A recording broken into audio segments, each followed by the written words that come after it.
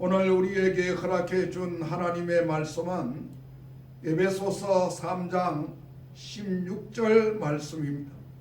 이 계시의 말씀을 봉독하는 중에 살아계신 하나님의 음성을 깊이 듣게 되시기를 바랍니다.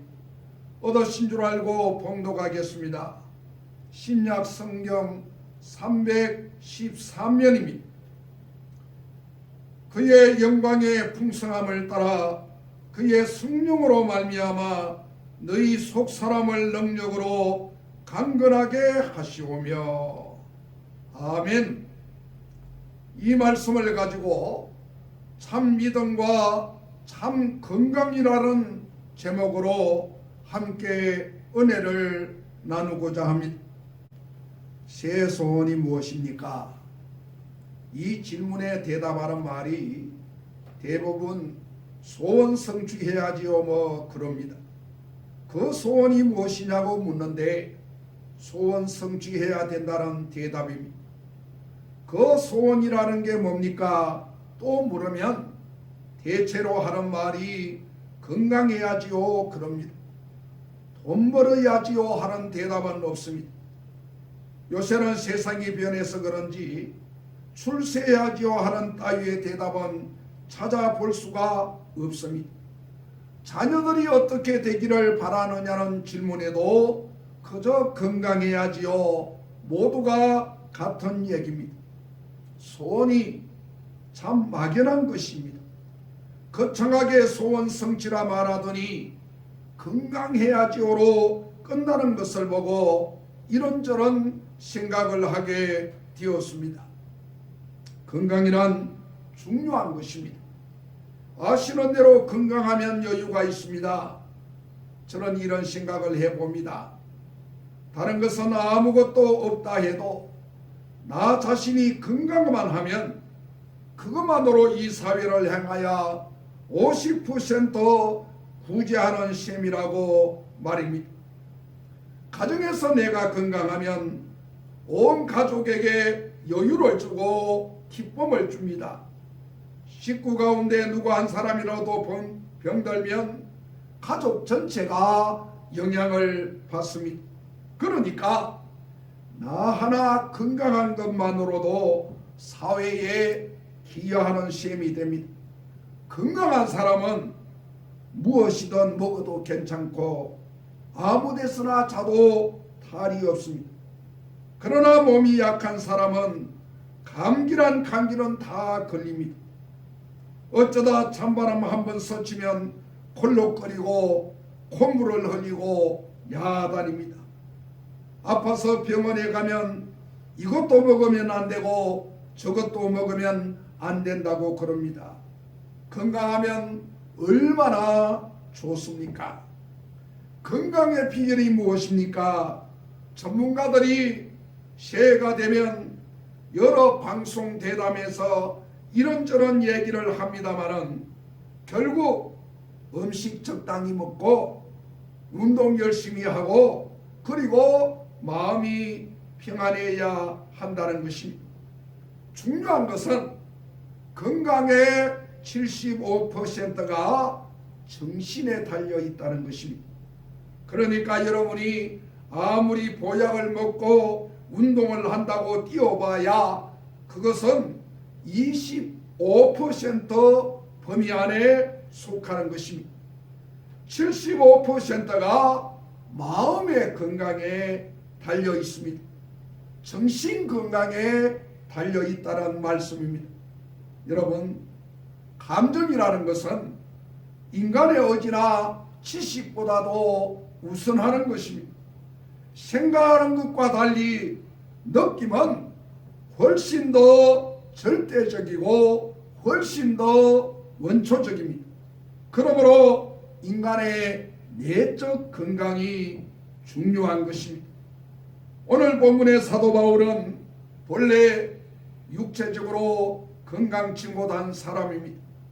그러나 그는 내적으로 건강해서 그 불편한 몸으로도 순교할 때까지 복음을 전할 수 있었고, 오늘 또 본문 말씀에서 속사람으로 강건하게 되기를 원한다고 에베소 교회를 향하여 기도하는 모습을 찾아볼 수가 있습니다.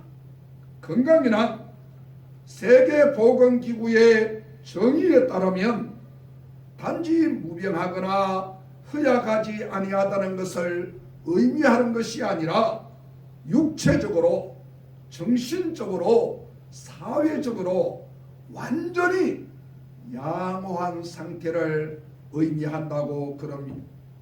요사이 유행하는 말로는 웰빙이라고 말합니다. 양호한 상태라는 것입니다. 사회적으로 그리고 정신적으로 양호한 상태일 때, 즉 우리가 웰빙일 때 그것이 바로 건강이라는 것입니다. 영어로 헬스라는 말의 어원이 홀리, 온전함입니다. 홀리와 홀이 헬스로 나타난 것이 건강입니다. 대단히 중요한 의미를 가지고 있습니다. 거룩함, 경건함, 그 속에 건강이 깃들어 있는 것입니다. 경건이 없는 건강이라면 몸부림이요 발악입니다. 거룩함 속에 진정한 건강이 깃들어 있고 약속되어 있는 것입니다. 이 사실을 우리는 매일같이 체험하고 있습니다. 거룩함을 떠나서는 건강이 없습니다. 특별히 오늘 성경 말씀 에베소서 3장 16절 말씀은 이를 구체적으로 설명해 주고 있습니다. 그의 영광의 풍성함을 따라 그의 성령으로 말미암아 너희 속사람을 능력으로 강건하게 하시오며, 여러분 그의 성령으로라고 말합니다. 성령이 능력을 공급할 때에 비로소 강건하다고 확실하게 사도 바울은 정의를 내리고 있습니다. 사랑하는 여러분, 내적 건강이 여기에 있습니다. 신약적인 경건이란 성령 충만을 의미합니다. 율법적인 것이 아닙니다. 신약적인 건강은 오순절적인 것입니다. 사도 베드로를 보십시오. 주님과 함께 동행했던 3년, 그러나 그는 허약했습니다. 예수님의 이적을 다 보고 경험하고 다 공부했지만 그는 나약했습니다. 십자가가 다가올 때에 그는 3번이나 예수님을 모른다고 했고 도망갔던 사람입니다. 비겁하고 비열했습니다.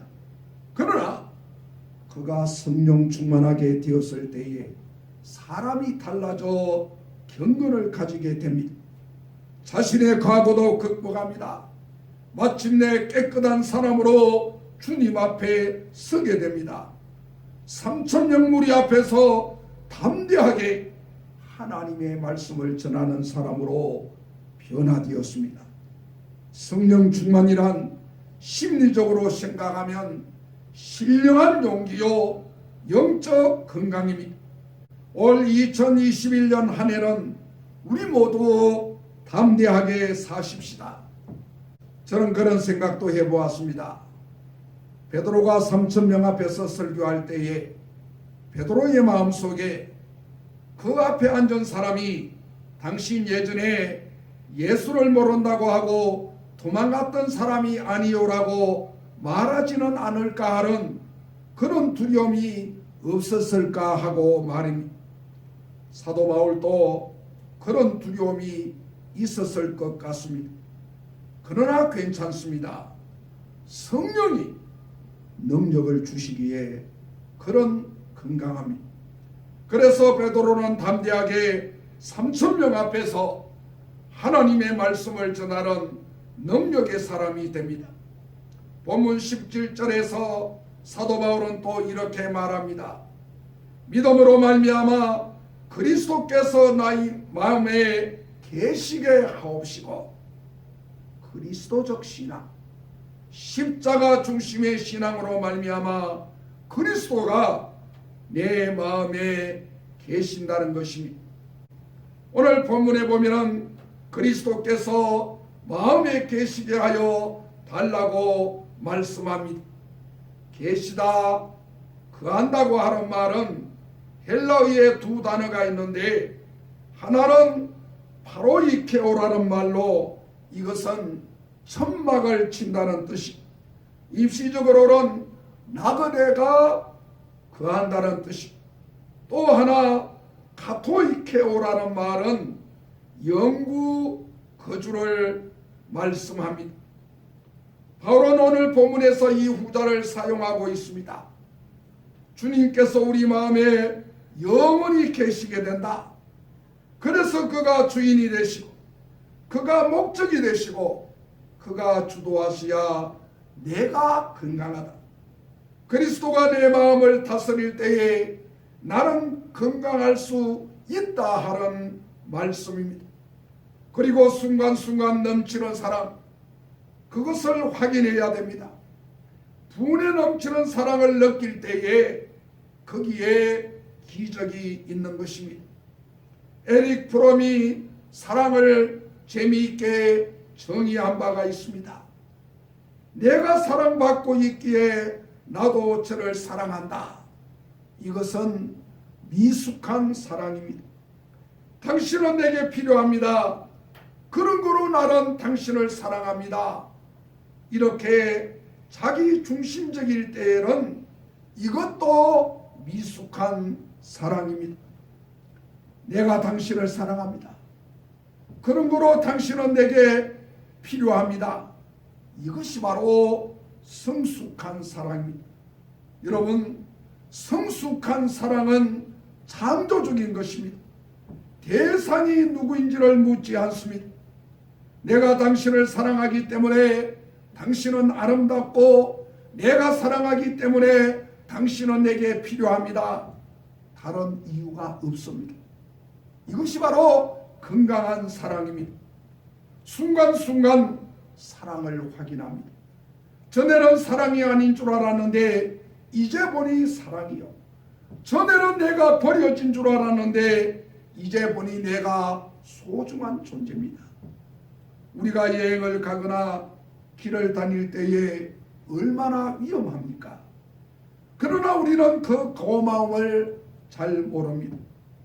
생각하면 자그마한 일이라도 미처 생각하지 못했던 일 하나하나가 오늘에 와서는 이것도 고맙고 저것도 감사한 일입니다.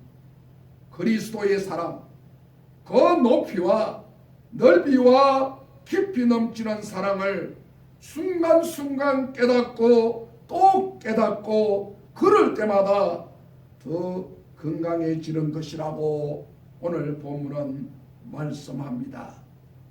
참 경건은 참 건강에 있습니다. 오직 사랑 안에 건강이 있습니다. 사랑을 느낄 때에, 사랑을 행할 때에, 사랑에 대한 바른 응답이 있을 때에 우리는 건강할 수 있습니다. 그리고 내가 건강할 때에 많은 사람에게 건강을 줄 수 있습니다. 내가 건강할 때에 많은 사람을 참아줄 수도 있고 많은 사람에게 사랑을 베풀 수도 있습니다.